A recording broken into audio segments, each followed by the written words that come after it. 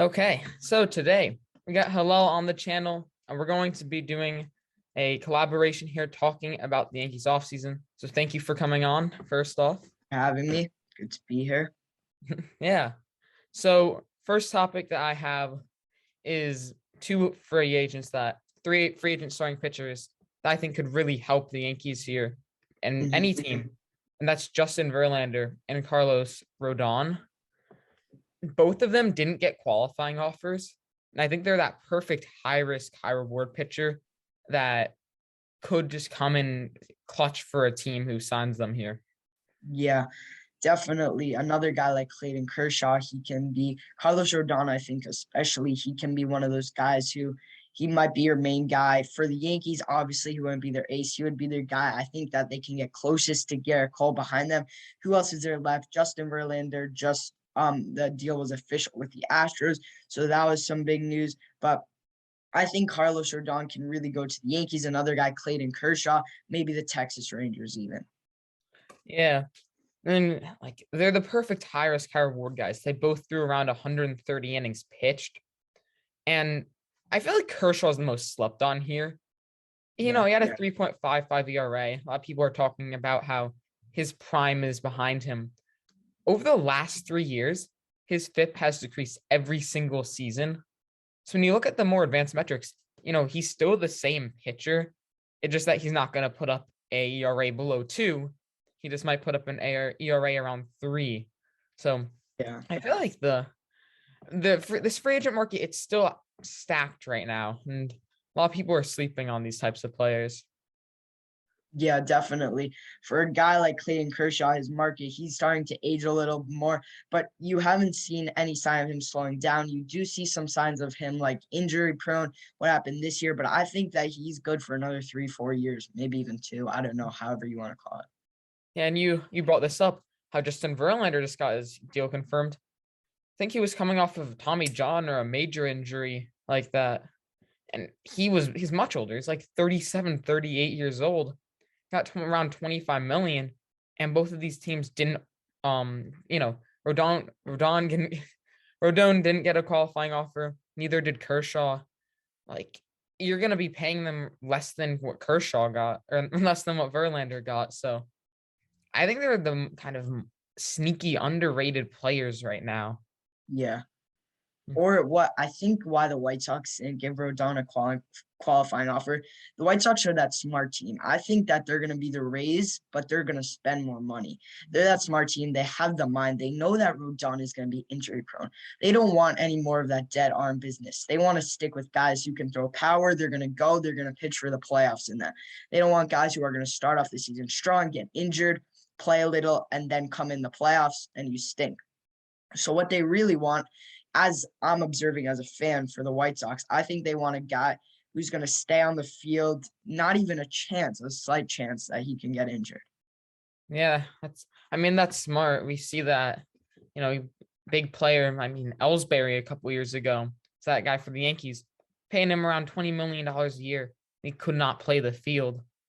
Now, I think that it's one of the things Yankees can take a risk on because they have the money, but you're right. White Sox aren't going to want to pay someone who's not guaranteed to pitch into the postseason. Yeah, definitely. So I see that like about the shortstops also. Like there's limited options left there when you have like Story and Correa, and then there's a mark right there. You can either go with like a stopgap guy, you can go with a prospect for the Yankees. Ever since they passed up on Corey Seager, I mean, I'm happy for the Rangers, but that's obviously a huge miss for the Yankees. And I think that they're either going Story. Correa's not in this. There's absolutely no chance in my eyes that Correa goes to the Yankees. I think it's either a prospect or Trevor Story in my eyes. Yeah, I feel like Correa is going to hold out for the big bucks here. I think he is slightly better than Seager, but Seager would have been a perfect fit with the Yankees with that left-handed bat there. Mm-hmm. In my mind, you're either thinking, okay, we're signing Trevor Story to a relative like a short deal for a ton of money, kind of like what Max Scherzer got in that sense, where you get like a 2-year deal worth say $100 million or something, and then you give him a qualifying offer, let him walk, and let one of the kids play. Or you got to go with a stopgag. And both of them are difficult decisions to make, because I don't think Story will accept a shorter deal. And you do have, I mean, you have Volpe in the farm, so do you really want to give him a big contract here? It's a difficult situation there. Yeah. So in Brian Cashman's eyes, if I see him passing up on Corey Seager, I don't see him going out and paying one of these guys any more money that they were gonna give Seager, because that just there's no logic behind that. Corey Seager was the perfect fit. I don't see them paying Story any more that they were willing to give Seager. I honestly think I'm gonna go with a prospect here or a stopgap shortstop type of thing, because Brian Cashman, he wants to stay there. Unless I see Story going out, I'm going to be the next. If I can play well this year in New York, I'll be the highest shortstop on the market next year. So maybe I'll go take a 1 year, I don't know, $28 million deal with New York, and then I'll come back next year and I'll get the big bucks for, like, let's say a 7-year deal. And the free agent market next season is not that strong. Yeah. So you're overshadowed by Correa. You're overshadowed by Seager. His Story was kind of an afterthought, which is ridiculous to say about because he's Trevor Story. So that's why I think a 1-year deal is possible. If you offer him, as you said, like a crazy amount of money on a just short 1-year deal worth giving him more than what he's actually worth, that's worth it, because Yankees are going to go over luxury. Even if they don't sign anyone, they're going to go over luxury just because of arbitration and their regular players getting paid. So if you can go over luxury on a 1-year deal where it's at its cheapest and maybe overpay for someone, can hold down the position until one of the shortstops in the farm are ready, I think that's the best option. And I think a stopgag is more likely, like Andrelton Simmons. I still would like to see a big name come to New York, though. Yeah. As a Yankee fan, I know if we're going into the offseason and we're going into the season, and you're seeing that the Yankees didn't make any big moves, you're feeling depressed, you're feeling angry, so many different feelings going through your head. Another problem is their first base problem. Do you stick with Luke Voit? I don't know. What do you think?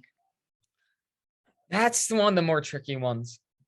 Voit in 2020 led the league in home runs. He was a beast ever since we traded for him. He still has that potential, and he's going to be dirt cheap for the rest of his time with New York. So he has around 3 more years of arbitration. The problem comes in the fact that he also has the same issues that every other player has on New York. It's a big right-handed bat. There's a lot of strikeouts and not that good defense. If you want to stick with him, I think he's best at DH over first base. I also don't like permanent DHs, though. When we had Stanton playing in the field, he did better than when he was just DHing. So I think we really should be going after someone like Matt Olson. He's the perfect player. Left-handed bat. He's still relatively young. He has 2 more years of team control. So, you're going to have to give up some prospects for him, but you're not losing him on just 1 year, and then you have to sign him. He's the perfect fit with the Yankees. I really think we should have gotten that trade done while we were able to.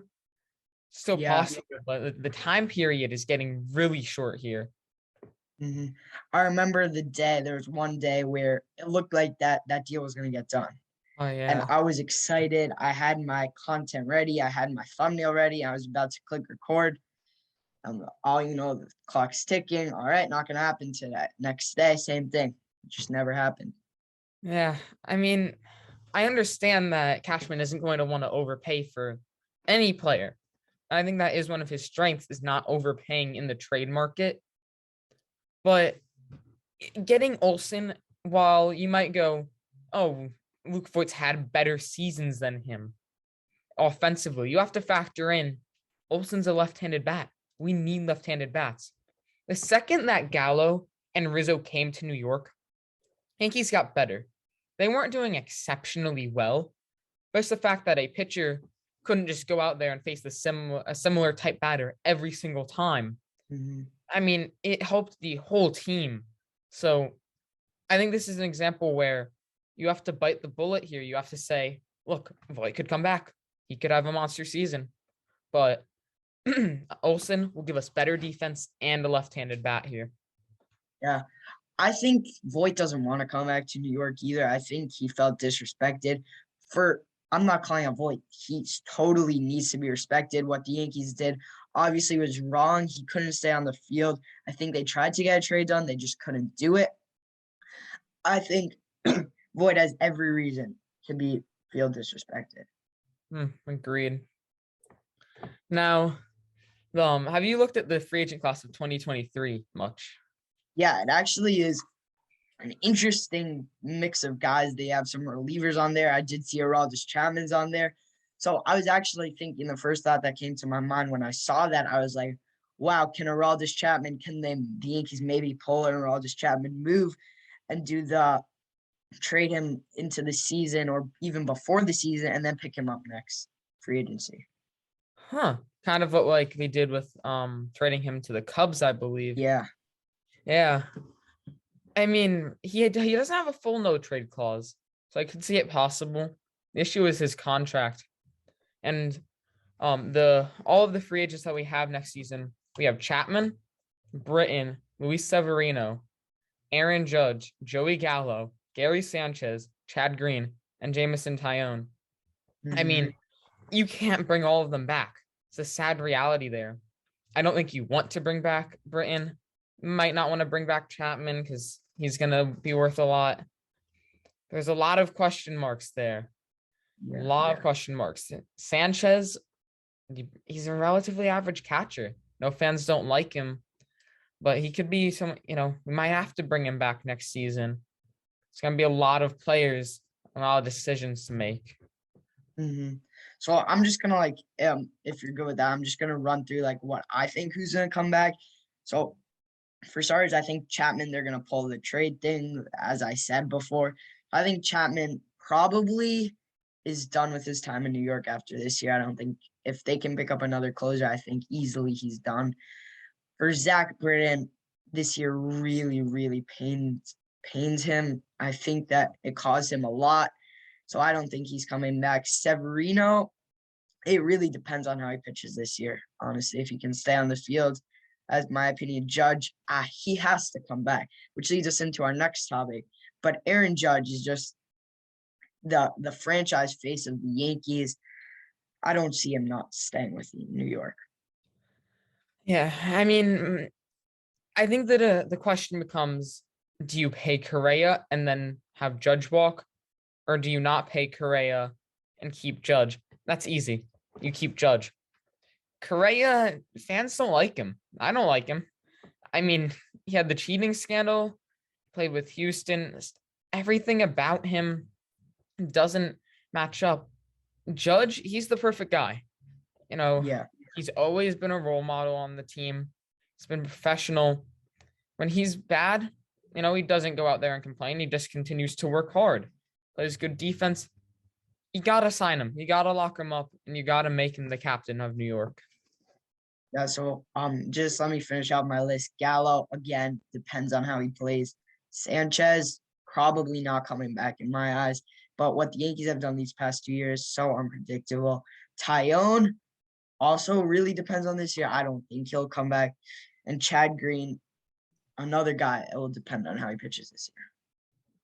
One of those players that I think, or positions I think we can improve on, is catcher. The catching class next season is underrated. Mike Zunino will be a free agent. The Rays aren't going to bring him back. They're probably not even going to tender him a qualifying offer. So owners not risking that. And you have Omar Narvaez. I think that we're going to be stuck with Sanchez for one more season. A lot of people were mad he wasn't non-tendered. But yeah, I could see one of those two guys coming to the team next offseason. I feel like we can get a lot better at catching there.